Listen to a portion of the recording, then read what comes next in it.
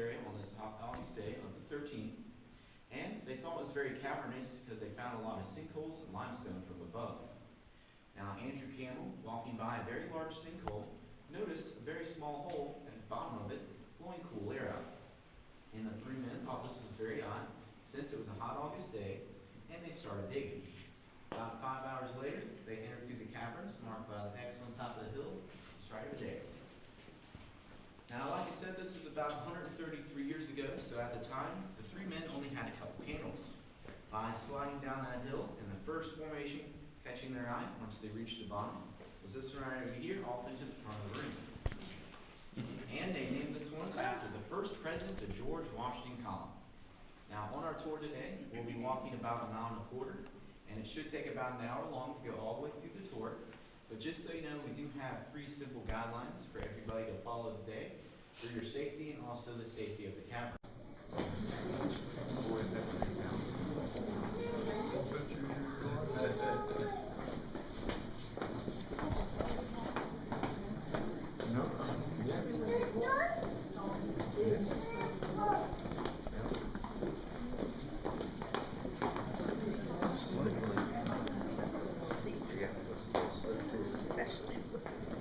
That's a little slip.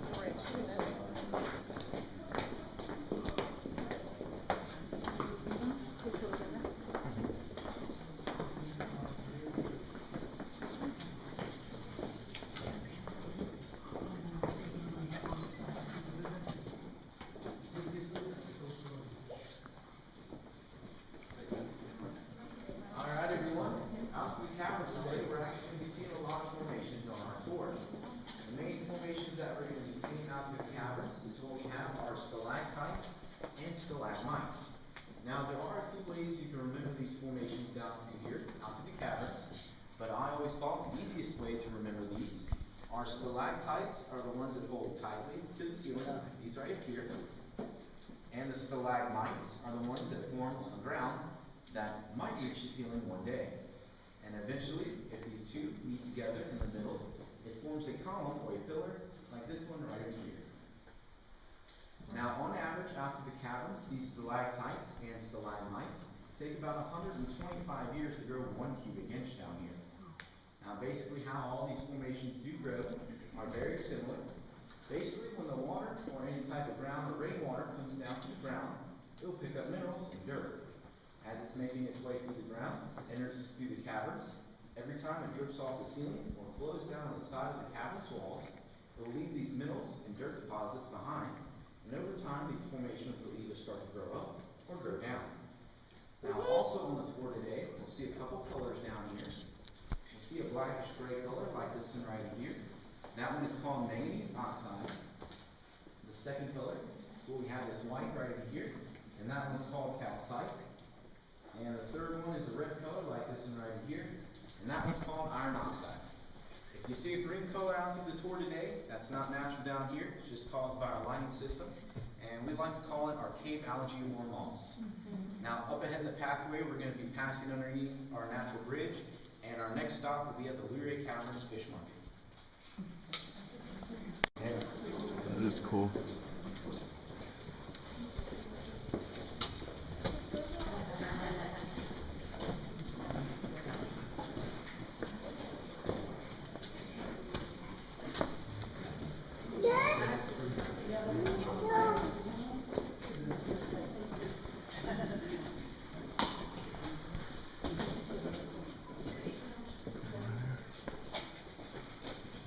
Alright everyone, if you take a look back here on this back wall, this is what we have, our Luray Caverns fish market. Back in the 1900s, when they first started giving tours down through here, and when people used to pass by this area, the cavern reminded them of fish that's been caught, cleaned, and hung out to dry. Now, as you can notice, the formations in the middle are still wet and shiny. So if you see any of those out in the caverns today, those are the ones that are still active down here and still growing. Unlike the ones that are just right above us, the dry and chalky ones, basically in a dormant stage, which means they're not growing anymore. Now this next area that we're about to pass by is where we have the largest lake out of our caverns. It is called Dream Lake. This lake covers about 2,500 square feet in circumference. but it's only about 18 to 20 inches deep at its deepest point. What's really cool about the lake, it shows a perfect mirror reflection of the ceiling. So when you're looking at it, it looks like it's deeper than what it is. So just keep in mind though, it's only about 18 to 20 inches deep. Once again, it's called Dream Lake, and that will just be right up ahead. And our next stop will be right after that, at the first view of Pluto's Ghost.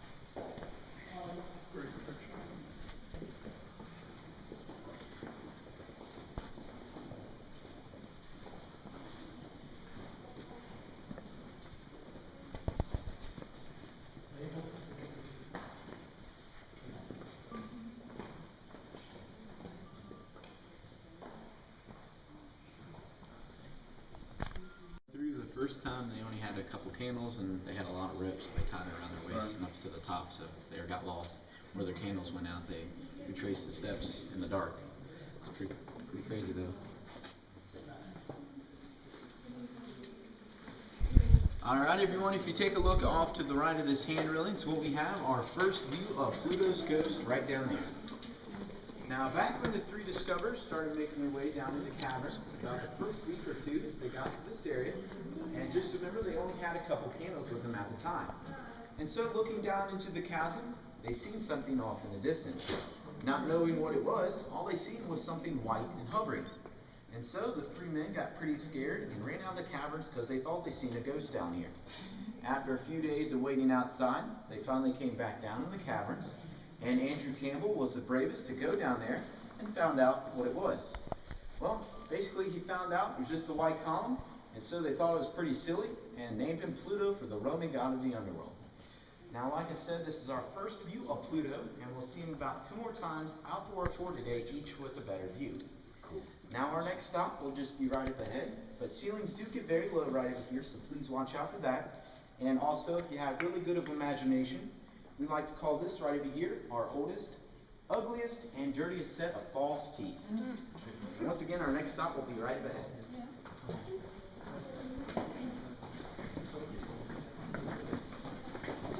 Take a picture of the yeah. Stop. You can stop taking. Get the top end of it. It's too tall. If you take a look off to the right of this hand railing, or excuse me, the left of this hand railing, this is what we have, our skeleton's forge, and we'll be passing down from here a little bit later on the tour, probably about a good 20-25 minutes from now.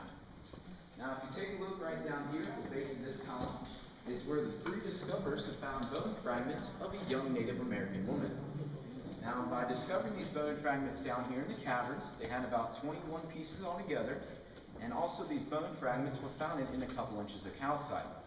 Now, a couple inches of calcite down here in our caverns takes about a couple hundred years to form, so on average, the bones are about 700 to 900 years of age.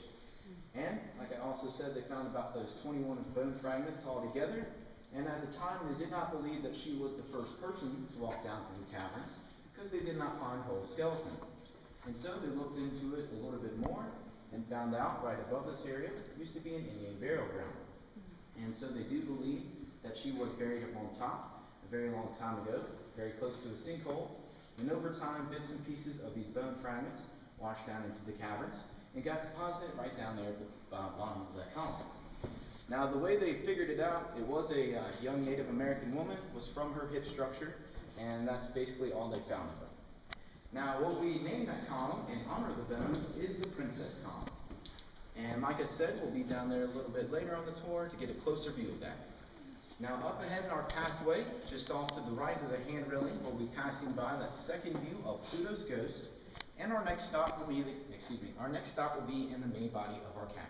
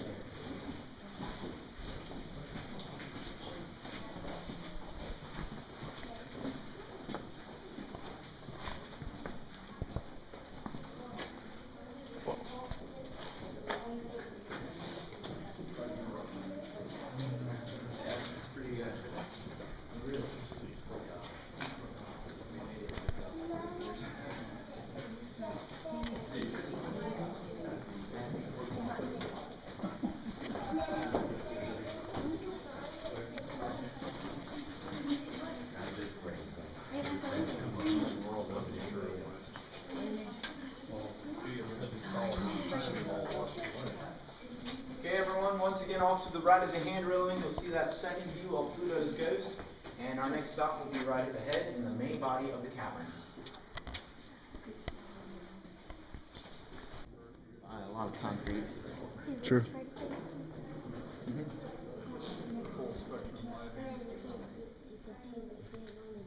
I'm pretty sure you'll get a kick out of this. Watch this. Oh yeah. It's pretty cool. It's the quartz crystal coming out of the formation. So, basically you shine your light through it. That is cool. It's just like if you put a brighter light, just really bright. Yeah. You had like a laser too that would do the same thing.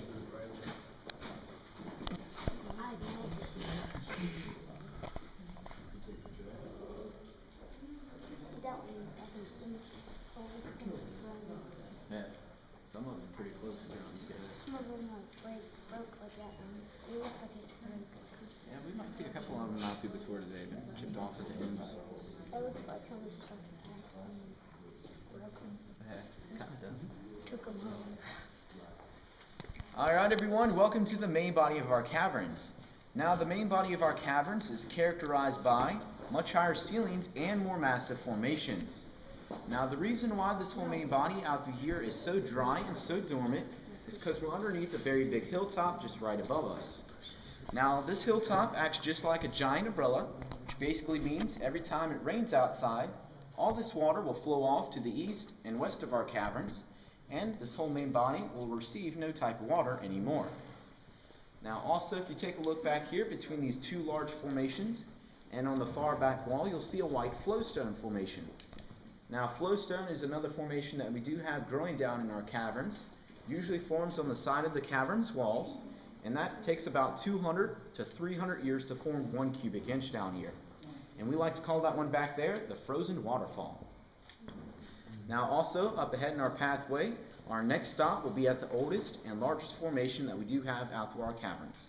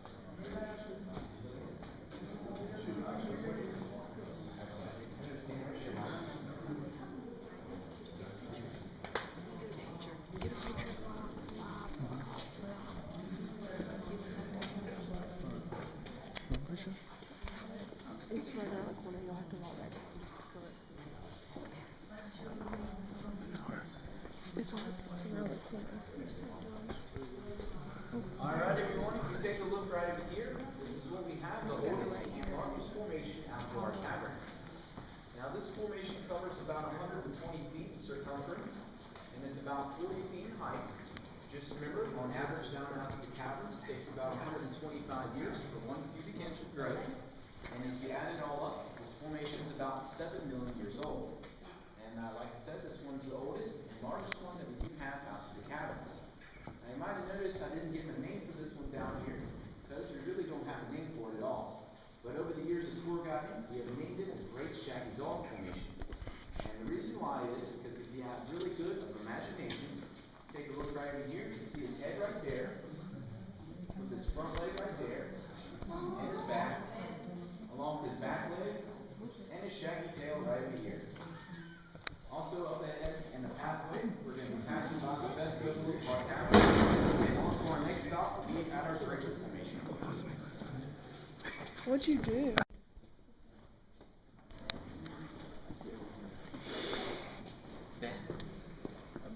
I've been into it about twice.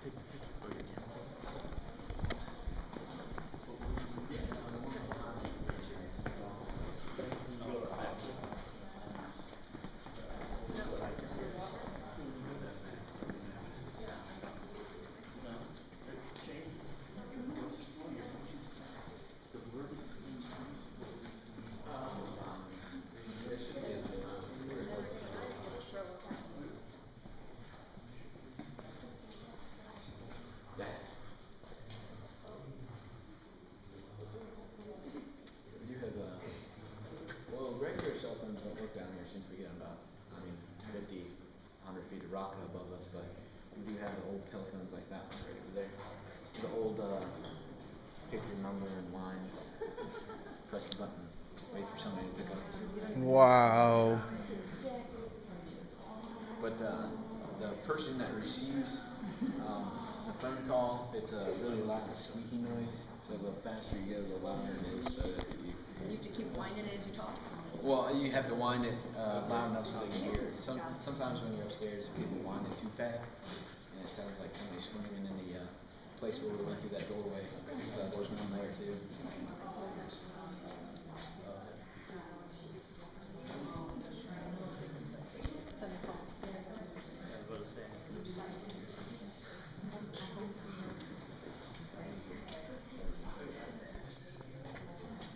Alright everyone, during the time of the 1960s, National Geographic came down here in the caverns to do a little bit of research, and at the time of passing by this area, they claimed this to be the world's most perfect drapery formation they've ever seen. Now drapery formations out through the caverns take about 250 to about 300 years to form 1 cubic inch. Unlike stalactites though, where they drip off the ceiling, instead when the water flows from a slanted angle from above, right up here, this will cause it to either make an S-shaped pattern or a zigzag pattern, and the formations will start to grow down as a drapery. Now, as we're passing by to the next area of our tour, if you like to, take a few moments to come up and take a look at how skinny these formations can grow, like this one right over here, or this one right over here in a lighted area, which is translucent, and that one basically means it can have light shining right through it. And that one is about 1/8 inch thick, so it's about this thin. And we like to call that one the Luray Caverns bath towel. Now, up ahead in our pathway, we do have a formation in our way, so please be very careful. And our next stop will be at the Great Fallen Stalactite.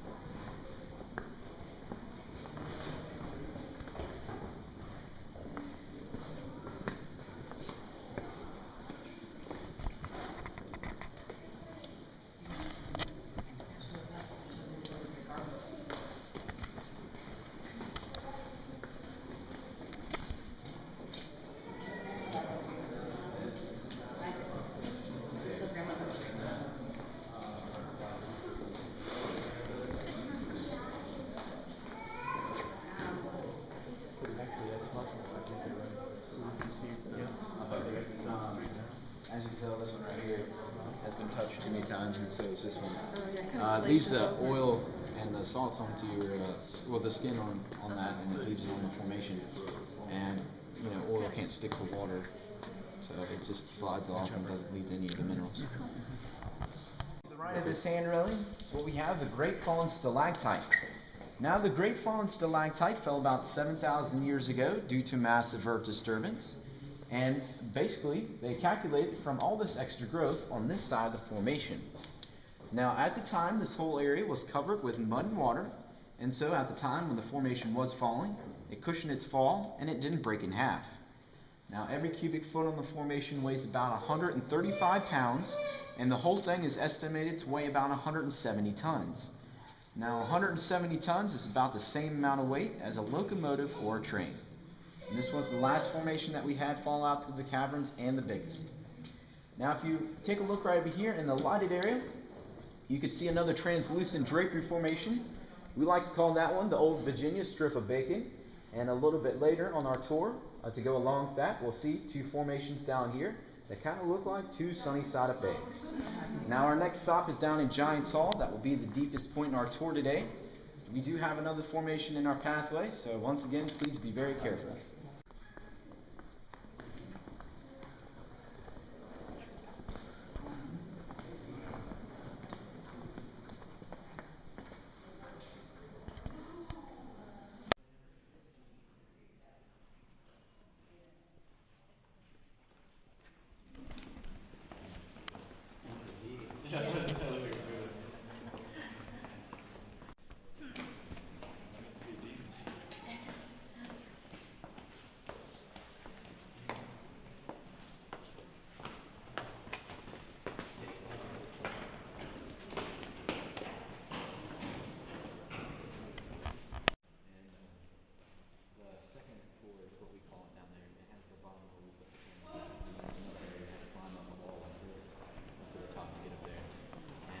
Then there's another area that kind of goes in a U shape, and off to the right of it, it's just a straight drop off. You don't get this much to the wall.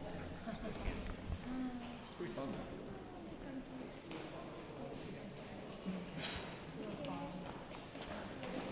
Yeah, we only wear just boots and gloves, and that's it. No, like harnesses or anything. Just go wherever we like.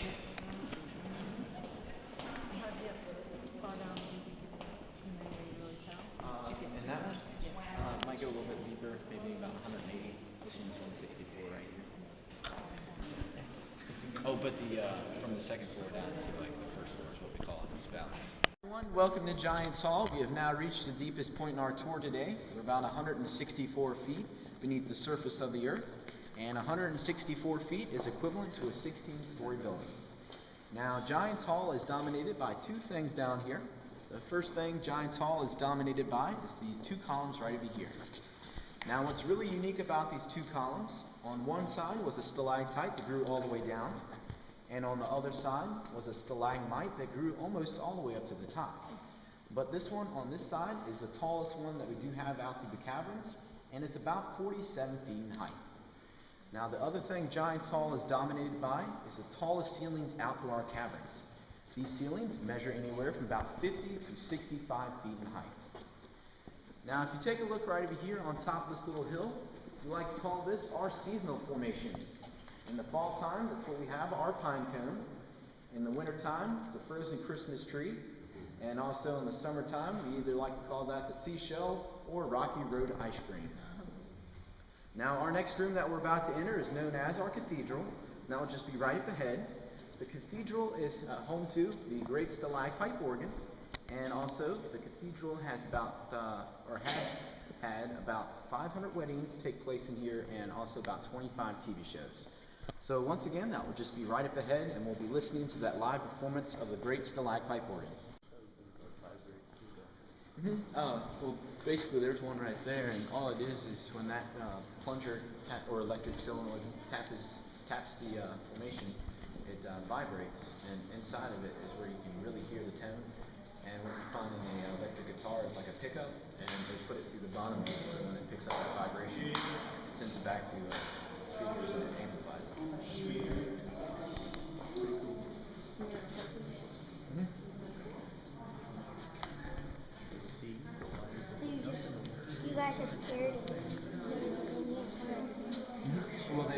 assembled it and then brought it down here about 1950. Or no, excuse me, about 1953 or 54. 1950 is a long time. Oh yeah. Alright everyone, welcome to the cathedral. As you might have noticed, the cathedral is home to what we have, the Great Stalagpipe Organ. Now, the Great Stalagpipe Organ is the world's largest musical instrument because it spans about 4 acres out to our entire caverns. This organ was invented by a man named Mr. Leland W. Sprinkles. He was an electric engineer from Springfield, Virginia. It took him about 4 years to complete this project. He tapped over 3,000 stalactites, but only found about 37 working notes, like this one right over here in the lighted area. Now, out through the caverns, these 37 notes are hooked up to what we have, electrical solenoids, or basically a pointer. Every time when this organ is playing a song from up here, out through the caverns, these electrical solenoids will be tapping formations very gently. Every time that happens, the formation will then start to vibrate and make a musical tone. Basically, the vibrations are so small that we can barely hear it. They take a amplifier, or basically electric guitar, a pickup like that, and they put it at the bottom of the formation. So every time when that vibration comes to that, it will pick it up, carry it off to 4 other speakers out through this room, and it will amplify it a lot louder so you can hear the full effect. Now, like I said earlier, we are going to be listening to a live performance of this organ today, except I will not be playing it manually, so sorry about that, just because I don't have the key to unlock the keyboard, and also I do not know how to play an organ. So, basically I'm just going to be pressing one button a day. It's going to turn on and play it just like a player piano would. So it is still a live performance, and to see a better view of how this organ really works, take a look right over there in that lighted area, and that solenoid will tap about 20 times. Now the song that we're going to be listening today is called "The Mighty Fortress Is Our God." Let's get started.